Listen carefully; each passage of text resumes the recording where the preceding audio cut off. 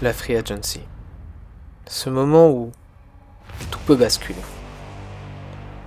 Où les perdants d'hier peuvent devenir les gagnants de demain. Où les vainqueurs des dernières World Series peuvent tout perdre. Leurs meilleurs joueurs et leurs espoirs. Aujourd'hui, nous allons couvrir les 15. Les 15 meilleurs free agents de ce marché pour la prochaine saison MLB. Et bonjour à tous, c'est Alucorde. Bienvenue dans cette vidéo un peu spéciale qui change un peu de l'ordinaire, hein. Ce n'est pas un RBI, la saison des RBI est finie, elle reprendra en début d'année prochaine, notamment au moment des spring training, etc. Moi, ça me laisse du repos, ça me laisse le temps aussi de préparer mes autres projets en avance. Et par exemple, de vous faire cette petite vidéo assez intéressante sur la free agency. On va faire aujourd'hui un top 15, top 15 des free agents actuellement sur le marché. Vous avez vu, les infos sont déjà sorties, j'ai été pris un peu de vitesse d'ailleurs par ces infos. Et c'est pour ça qu'aujourd'hui, bah voilà, on va faire cette vidéo assez rapidement. On parlait des 15, en tout cas de mes 15 free agent pour cette off-saison 2023-2024. Et on va commencer tout de suite, hein, juste avant, comment dire, de rentrer un peu dans le vif du sujet, on va passer à mes mentions honorables. 4 joueurs qui, je pense, auraient pu faire partie des 15 mais n'y font pas, ce sont des joueurs qui sont solides.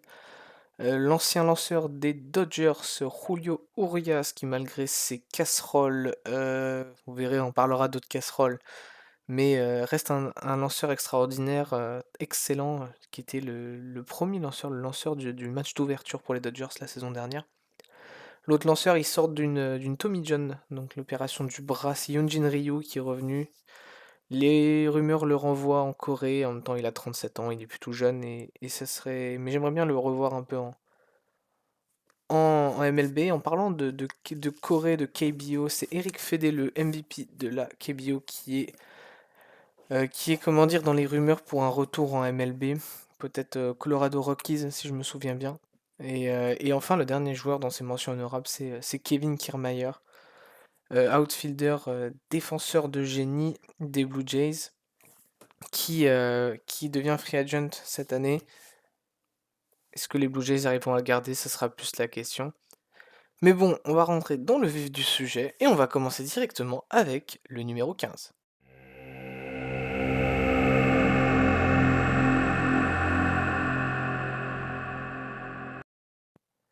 Allez, le premier, c'est Trevor Bauer. Trevor Bauer, je pense que bon, pour ceux qui suivent un tout petit peu la MLB depuis quelques années, vous savez qui c'est. On parle quand même d'un gars qui a gagné le Cy Young en 2020, donc le meilleur lanceur de la MLB en 2020, précisément de la Ligue nationale, mais ça reste quand même une très grosse performance. Malheureusement, il s'est retrouvé avec des affaires d'agression sexuelle, comment dire, collées aux fesses. Il a été innocenté depuis, mais au vu du refus de toutes les équipes MLB de le recruter, il est parti au Japon pour, comme il le dit dans ses nombreuses vidéos YouTube, réaliser son rêve, c'est-à-dire jouer au Japon. Et malgré des débuts compliqués au Japon, bah, il s'en est très très très bien sorti là-bas, même après plus d'un an sans lancer. Une saison plus que correcte, avec des games complètes, pas de no-hitter, mais un classement dans certains des meilleurs lanceurs du Japon, ce qui est compliqué, hein, quand on sait à quel point les lanceurs japonais sont talentueux.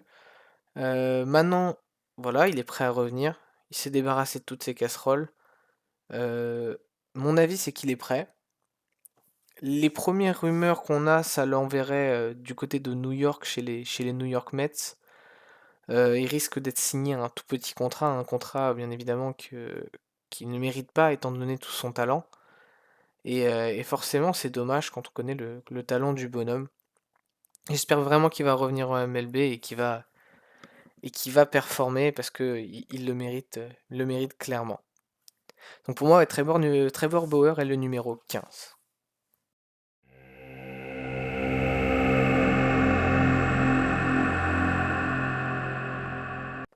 Allez, on passe au numéro 14 de cette liste. Un joueur, bon, vous commencez à me connaître, j'aime beaucoup le baseball international, je pense au même niveau que la MLB.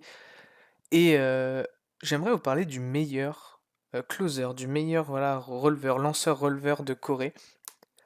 sur ces 2 dernières années, Woo qui a été posté, à peu près au même moment que Lee Jong-ho. Le petit fun fact, c'est que Lee Jong-ho, dont on parlera plus tard, vous inquiétez pas, est le beau-frère de Woo est marié à la sœur de Lee Jong-ho. C'est un releveur solide, plus que solide, c'est simple, hein, c'est un closer et je pense qu'en MLB, il y a clairement moyen qu'il arrive dans une équipe contender et que ce soit un releveur solide, pour une équipe qui est contender ou World Series, voire le closer principal d'une autre équipe un peu plus moyenne. Je pense qu'il est très bon, pas forcément le meilleur, je vois clairement des meilleurs closers, des meilleurs releveurs, mais on parle d'un joueur, ouais, clairement plus que solide, qui est vraiment totalement capable de faire du très bon boulot.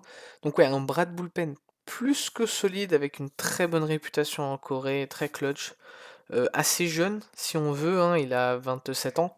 Ça peut être vraiment le petit vol de cette free agency pour une équipe en recherche comment dire d'un closer efficace, voilà, ou de releveur solide. Je pense à Texas qui a eu un peu de mal notamment là-dessus, les Dodgers même exactement qui ont ces mêmes problèmes. C'est un mec comme Musugo, ça pourrait être vraiment un très très bon lanceur, un très très bon bras pour ce bullpen.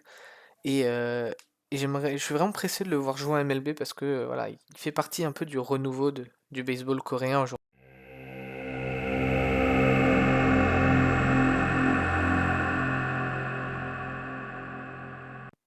Et on va passer à Teoscar Hernandez, numéro 13. Un joueur qui a franchement bien step up hein, depuis qu'il a été trade des Blue Jays à la dernière off-saison. Il a vraiment fait un bon step up, un trade très très très avec beaucoup de succès, on va dire, au Seattle Mariners. Il a fait une saison très solide. Il était déjà très solide à Toronto, mais là on a l'impression que voilà, peut-être une envie de vengeance entre guillemets aussi, et qui lui a fait pousser les ailes. Et franchement, il a fait une super saison, All-Star cette saison d'ailleurs, ce qui n'était pas à Toronto. Un profil très complet qui peut plaire à de nombreuses équipes.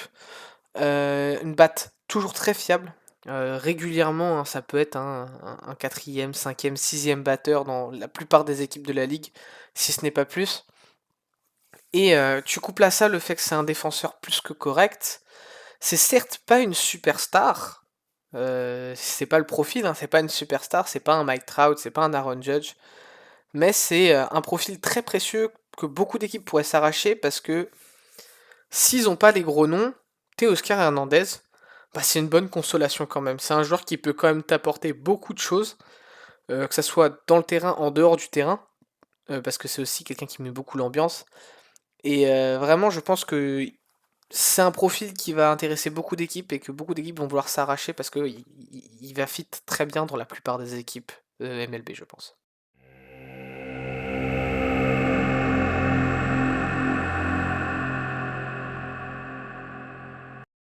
Allez, on passe à Jordan Montgomery, mon choix numéro 12, le lanceur gaucher qui vient de gagner la World Series avec les Texas Rangers.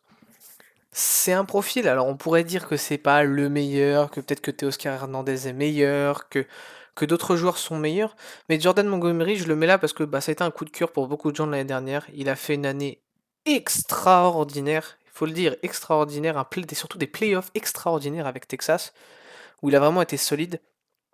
C'est sûr, c'est pas un ace, mais tous les 5 jours, il peut vous donner un start précieux, de nombreux innings, il fait son travail comme il faut, et quand arrive en post-saison, il step up, il est meilleur, il est solide, il garde cette régularité. C'est ça, je pense, son gros atout, il est régulier. Et je pense que pour toute équipe qui veut être challenger, contender pour gagner le titre de la MLB l'année prochaine, c'est un joueur qui peut être excellent à ajouter dans ta rotation, peut-être en bas de rotation, en troisième, quatrième ou cinquième lanceur, parce que c'est un joueur qui fait très bien ce travail de cinquième joueur de rotation, c'est-à-dire il va te donner ses innings de travail, et il va être régulier de start en start, et au final c'est un peu ce qu'on veut pour un lanceur.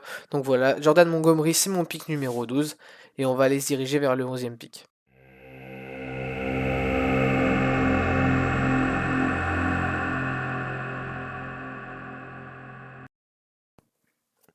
Allez, on passe à Clayton Kershaw, là, une légende, hein, tout simplement du jeu, hein, ça fait des années qu'il est là.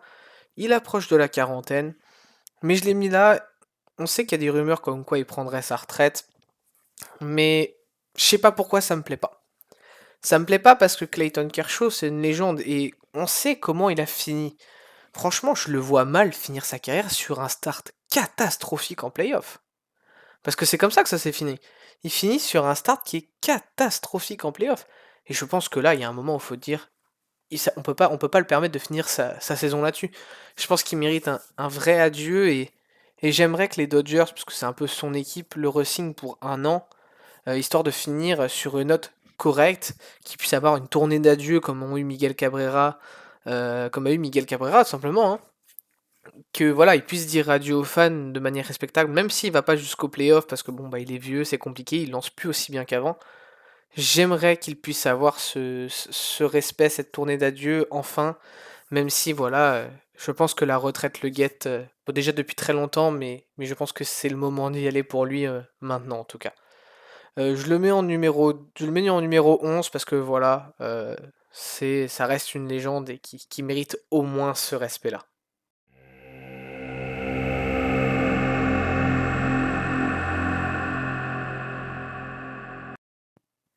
Allez, on rentre dans le top 10. Qui de mieux pour commencer ce top 10 que le joueur dans lequel je place le plus d'espoir pour cette free agency? Le joueur de la KBO, la pépite de 25 ans qui sort tout droit de Corée, le champ centre. Pour moi, le meilleur joueur de champ venu d'Asie cette année. MVP de la KBO en 2022, malheureusement blessé en 2023. Leader au home run du dernier World Baseball Classic. J'ai nommé Jung-Ho Lee. Son père était déjà un grand joueur. Il est clairement en train de surpasser son père dans beaucoup de catégories. À mes yeux, je vais vous le dire, signer Lee, c'est signer une batte solide, un bon lead-off hitter, des capacités défensives extraordinaires. C'est vraiment, tu veux une future superstar potentielle, c'est lui. Je pense vraiment qu'il a qu'il a comment dire, le potentiel de devenir ce lead-off hitter de n'importe quelle équipe possible. D'être ce joueur très solide, ce joueur pour lequel tu réfléchis même pas quand tu fais ta line-up du jour, tu le mets dedans parce que tu sais qu'il va t'apporter. C'est vraiment un joueur qui a toujours été régulier, même à son jeune âge. Et franchement, j'espère, il vient faire ses armes en MLB. Pour moi, il va être rookie de l'année. C'est presque évident. Quoique, avec Yamamoto qui traîne dans les parages, on sait jamais. Euh, Il y a quelques rumeurs qui traînent en ce moment, qui l'envoient. Bon, il y a deux équipes qui seraient en bonne voie pour le signer. Les LA Dodgers, qui viennent déjà de signer le plus gros free agent actuellement sur le marché, et les San Diego Padres. Intéressant, ces deux franchises joueront là. Ça a été annoncé, ça a été annoncé pour moi hier, mais pour vous depuis quelques jours. C'est ce qui a été annoncé. C'est les deux franchises qui ont été annoncées pour l'opening game de la saison qui aura lieu à Séoul, en Corée du Sud. Donc c'est très intéressant que ce soit ces deux équipes-là soient prêtes à avoir ces services. Voilà, vous le savez, pour moi, Lee Jung-ho, c'est le futur. C'est le futur et j'espère qu'il va avoir sa place en MLB pour les prochaines années. Mais j'ai confiance, c'est un joueur très talentueux, j'en parle beaucoup, vous voyez même. Vraiment, c'est pour moi un pick safe pour n'importe quelle équipe qui cherche à être compétitive en MLB cette année, clairement.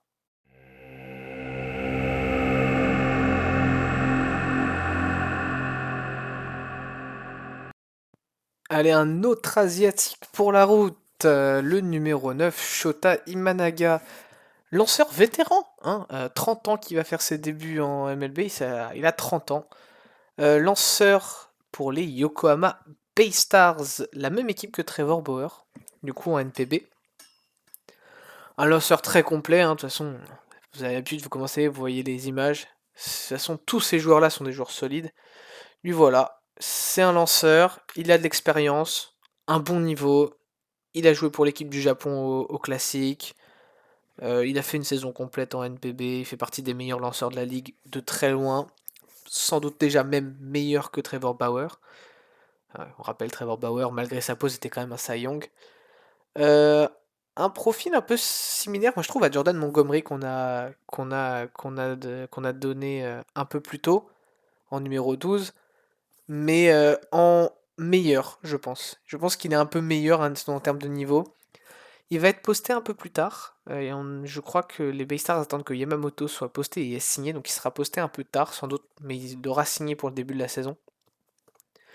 Euh, donc on ne sait pas encore à peu près où est-ce qu'il va partir. Tout ce qu'on sait, c'est que voilà, d'après les prédictions, il aura un beau contrat quand même à 85 millions de dollars. Donc un beau contrat pour un très bon lanceur qui devrait faire ses débuts à 30 ans en MLB. Je pense pas qu'il restera non plus 15 ans en MLB. Mais voilà, il risque de rester quelques années avant de retourner au Japon, prendre cette expérience et je suis très content pour lui.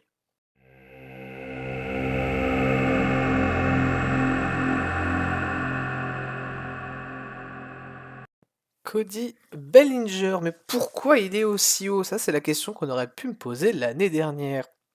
Cette année, c'est simple, c'est une résurrection. Il est rené, voilà. C'est pas français, mais c'est pas grave. Cette année aux Cubs, ça fait beaucoup de bien à l'équipe, hein, et ça fait du bien, je pense, au baseball de manière générale. Un ancien MVP qui a eu beaucoup de soucis en termes de régularité et de niveau ces dernières années, qui remonte quand il était avec les Dodgers et qui là signe un an dans une équipe des Cubs que tu es en difficulté et qui fait une très bonne saison. Voilà. Est-ce que j'ai vraiment besoin de dire ce qu'il est, c'est-à-dire qu'il t'abonne de l'expérience, une grosse batte, du home run, de la régularité. Enfin voilà, tout ce que n'importe quelle équipe pourrait aimer. Les premières rumeurs l'envoient clairement plus au nord que Chicago chez les Blue Jays de Toronto, mais je pense que là, n'importe quelle franchise serait ravie de signer une telle pièce pour améliorer son attaque de manière générale. Donc ouais, ça fait très plaisir de mettre Cody Bellinger aussi haut à cette huitième place. On s'approche hein, du top, vous vous rendez bien compte, ça s'améliore au fur et à mesure. Mais voilà, Cody Bellinger, bonne pièce pour une équipe et en huitième position.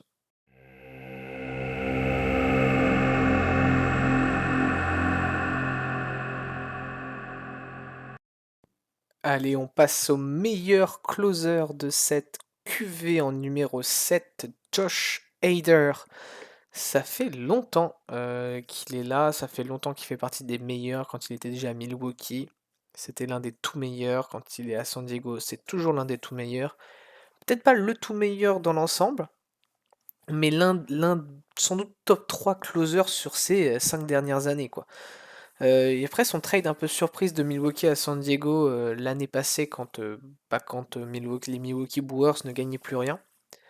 Il était un peu moins en vue, mais voilà, s'il y a bien un lanceur cette année que tu veux voir rentrer en neuvième manche pour assurer le match quand tu gagnes, bah c'est bien Josh Hader quoi. Il est constant, il va t'assurer comment dire les trois retraits, il va te gagner le match.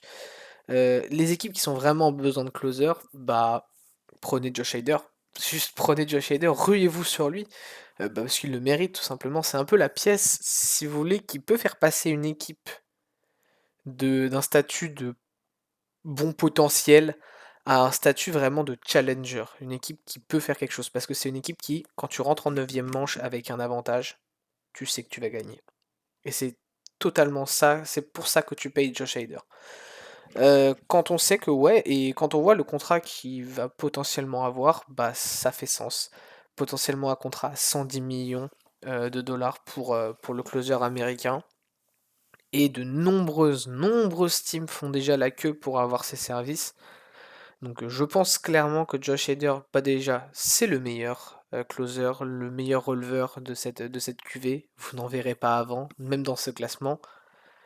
Et clairement, ouais, je suis pressé de savoir où est-ce qu'il va finir parce que bah, du coup, cette équipe s'assurera un vrai potentiel pour le futur.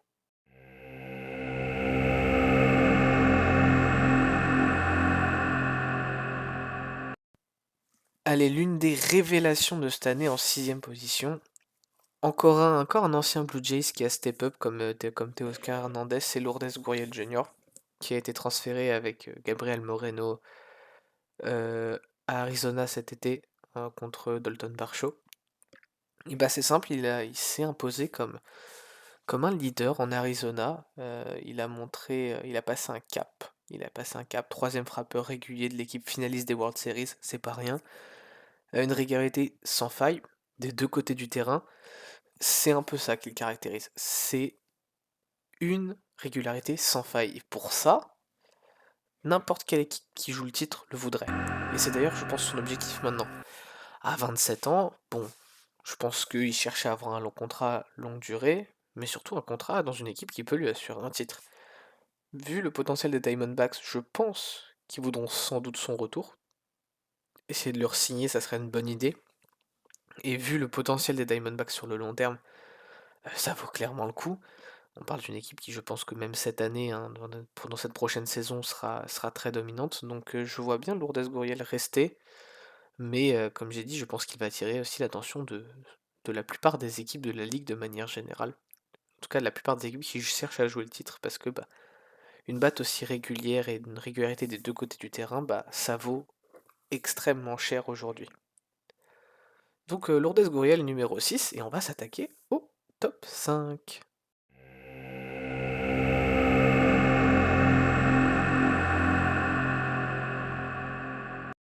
Allez, on rentre dans le top 5 avec Marcus Stroman, l'homme qui était sans débat l'ace des Chicago Cubs l'année dernière, une équipe qui a raté les playoffs de très peu en National League. Super année, très gros travail. Un gros step-up aussi cette année, il a été bien meilleur que. Je crois que c'est même sa meilleure année en carrière, en termes de statistiques pures et dures. Voilà, ce mec, c'est simple, hein, il a bossé dur et il y a de nombreuses équipes qui sont déjà à sa porte. En tant que fan des Blue Jays, bien évidemment, je rêve qu'ils reviennent parmi nous, mais c'est toujours compliqué quand tu fais face à des plus gros marchés. Même si Toronto a les moyens, ça reste toujours difficile de rivaliser avec les équipes qui actuellement sont contenders pour l'avoir, c'est-à-dire les Dodgers, les Yankees et les New York Mets, qui ont bien évidemment beaucoup plus d'argent. Je pense que voilà, il mérite ce contrat longue durée. Il a la trentaine maintenant, il mérite ce contrat longue durée, peut-être ses 10 ans, un petit contrat de 10 ans avec une belle somme d'argent. Parce que, mais dans une équipe voilà, qui joue les playoffs régulièrement, une équipe contender au titre, parce que je pense que voilà, maintenant il a envie de gagner. Il a été avec les Blue Jays quand ils faisaient pas les playoffs, il a été avec les Cubs, ils font toujours pas les playoffs. Bon, je pense que maintenant il a envie de gagner et j'aimerais bien le voir ouais, dans cette grosse franchise, voir ce qu'il est capable de faire. Je pense que c'est un excellent lanceur, l'un des tout meilleurs et qui s'imposera assez facilement dans n'importe quelle équipe de MLB.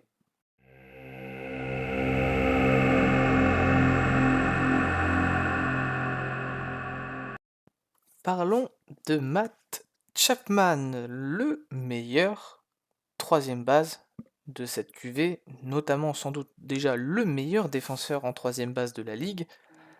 Un profil extraordinaire, même d'un point de vue offensif, hein, c'est pas juste un gros défenseur. Quand on voit qu'en avril de cette année, sur le mois d'avril, il était à 400 d'average, par exemple, plus de 400 d'average. Voilà, il a refroidi certes au cours de l'année, et c'était plus compliqué à la fin, mais il a montré que clairement, ouais, offensivement, défensivement, il a montré des bouts d'un niveau de superstar. Un mec qui peut porter une équipe, qui peut être le franchise player d'une équipe, même contender en playoff. En plus, il entre dans son prime, dans ses meilleures années, et c'est l'une des pièces les plus importantes de cette free agency, notamment au bâton et en tant que joueur de champ. C'est le meilleur joueur de champ de cette free agency, je pense. En tout cas, la meilleure pièce disponible pour cette free agency. Parmi les équipes intéressées, les Toronto Blue Jays, pour qui il a joué la saison dernière, ça vraiment pas contre le récupérer, notamment après avoir perdu, après avoir perdu face aux Dodgers pour Shohei. Voilà, ils voudront sans doute le récupérer, mais voilà, on sait que les Cubs, par exemple, les Chicago Cubs sont prêts aussi à mettre pas mal d'argent pour aller le récupérer, et ils sont très intéressés par ce joueur. Voilà, c'est pas forcément étonnant, hein, c'est un joueur. Alors, il va certes demander beaucoup d'argent, mais c'est un joueur qui a le niveau pour demander autant d'argent. Comme j'ai dit, hein, sans doute le meilleur troisième base de la ligue en ce moment. En tout cas, d'un point de vue défensif, mais sans doute top 3 facilement dans toute cette ligue.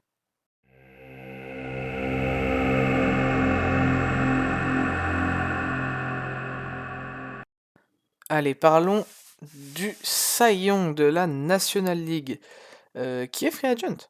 qui est free agent, qui est classé du coup en numéro 3 de ce classement. Alors, je vais peut-être me faire défoncer parce que je le classe que numéro 3 alors que bah, il a gagné le Cy Young. Mais à mes yeux, les deux premiers sont meilleurs. Voilà, il a fait une année extraordinaire. Je pense que c'est pas comment dire mentir que de le dire. Avec les San Diego Padres, malgré la déception de rater les playoffs, on le sait, pour l'équipe californienne, il reste le gros point blanc, on va dire, de cette année pour San Diego avec certains autres joueurs. S'il est prolongé à San Diego, je pense qu'il va pouvoir solidifier clairement comme l'ace de la rotation, mais franchement, dans n'importe quelle autre franchise, je pense qu'il est ace très facilement.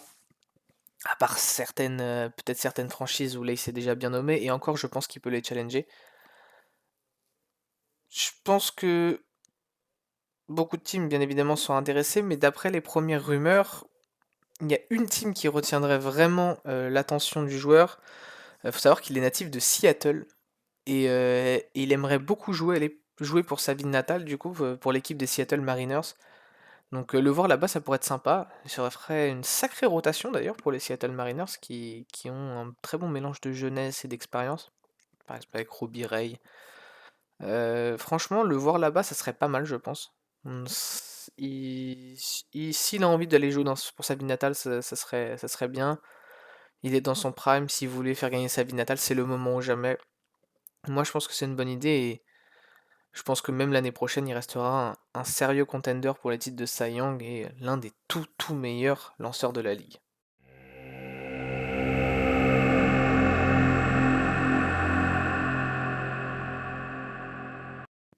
Allez, les choses sérieuses commencent. Le numéro 2 n'est autre que Yoshinobu Yamamoto. Il est devant Blake Snell pour une raison, ma hype. Je suis beaucoup trop hypé par ce joueur. Je vais vous expliquer un peu, on en a déjà parlé dans certains RBI cette saison, mais ce mec est MVP, meilleur lanceur de NPB et leader au strikeout et à l'IRA depuis 3 ans. Depuis 3 ans, il surdomine le championnat japonais depuis 3 ans. Chaque année, il donne plus que l'année précédente avec des IRA en dessous de 2, plusieurs no-hitters dans la saison. Il n'y a pas beaucoup de gens qui sont capables de faire des no-hitters.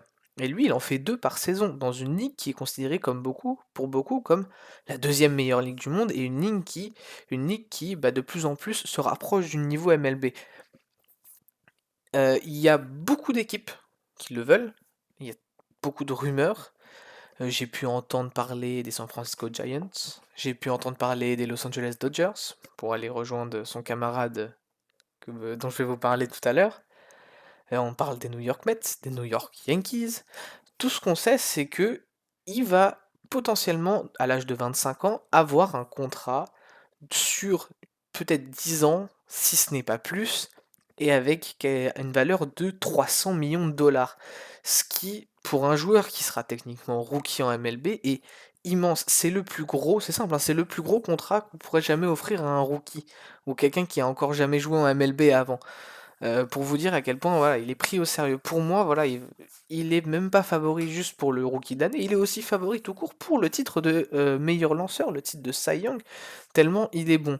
Je suis vraiment pressé d'être au spring training, je suis vraiment pressé d'être au début de la saison pour aller voir dans quelle équipe il est et comment ça joue. Donc ouais, pour moi, Yoshinobu Yamamoto, c'est clairement un monstre en devenir, le futur gros lanceur de la MLB. Euh, et justement, on va pouvoir parler du meilleur joueur de cette QV tout de suite.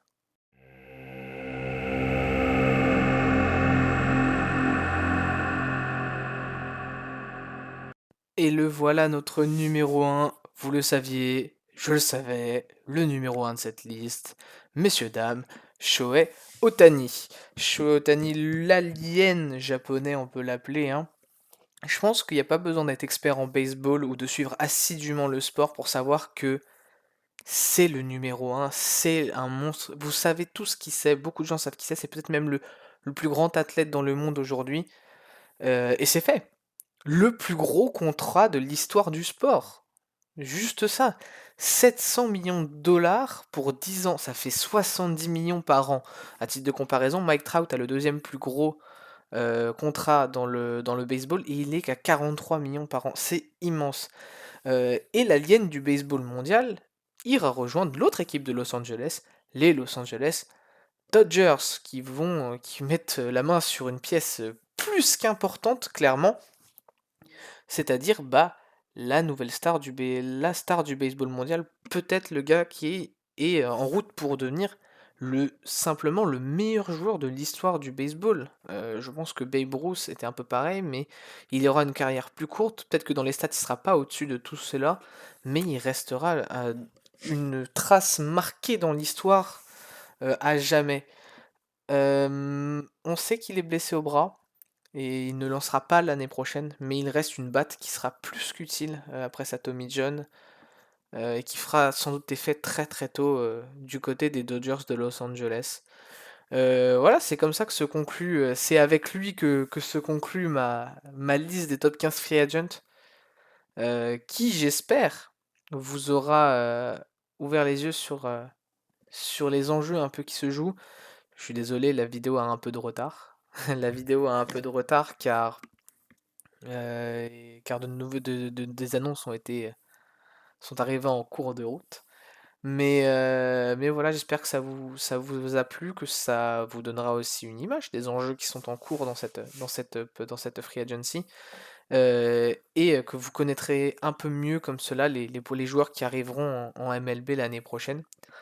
Si la vidéo vous a plu, et surtout si celle-là vous a plu, elle a demandé beaucoup de travail, mettez un like, un commentaire, partagez la vidéo autour de vous aussi. C'est très intéressant pour beaucoup de gens, hein, même des gens qui ne suivent pas forcément le baseball, ça peut être intéressant pour connaître un peu s'ils veulent s'y intéresser. Vraiment, ça m'aiderait beaucoup. J'essaye d'améliorer la chaîne au maximum, j'essaye de faire de nouveaux projets, de faire des nouveaux types de vidéos, d'améliorer la qualité globale et avoir du soutien. Bah, c'est ce qui va me motiver le plus à continuer ça. Donc vraiment, n'hésitez pas à partager, liker, commenter, envoyer du soutien. Et je vous dis à tous et à très bientôt pour de nouvelles vidéos, les vidéos de l'off-saison, des nouveaux projets, et, euh, et je vous souhaite une bonne journée à tous.